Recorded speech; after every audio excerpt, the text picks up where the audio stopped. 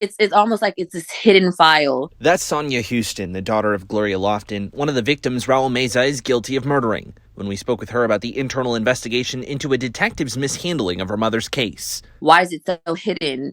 And it needs to be public record. It needs to be noted that, hey, there was this mishandling. Last year, Austin voters agreed and approved the Police Oversight Act, which would make private police personnel records, known as G-files, public record. Last month, a judge agreed, ordering the city to make them public. But could a controversial state law, colloquially known as the Death Star Bill, get in the way of that? House Bill 2127 is complicated, but in effect, it preempts local governments from passing ordinances that counter state law. But there haven't been any major challenges under that law. When it comes to these laws that are meant to, in many ways, handicap the ability of local governments to respond to voters, it's not surprising to find very few voters actually taking up the opportunity to make their own local governments less effective. But last month, Dustin Burrows, the House Republican who authored that law, wrote the plans are in the works in reference to the judge's ruling. So, will Austin's G-file ban be the first major test of the Death Star bill? We put this question to several stakeholders from the group behind the ordinance, Equity Action. In order to effectively hide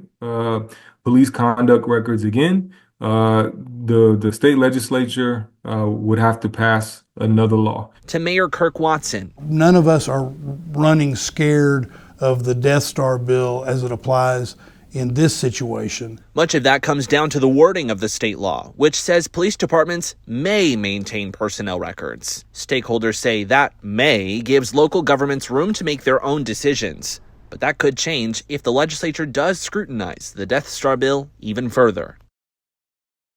Thank you for watching. Please hit the subscribe button and get the latest news by downloading the CBS Austin News app.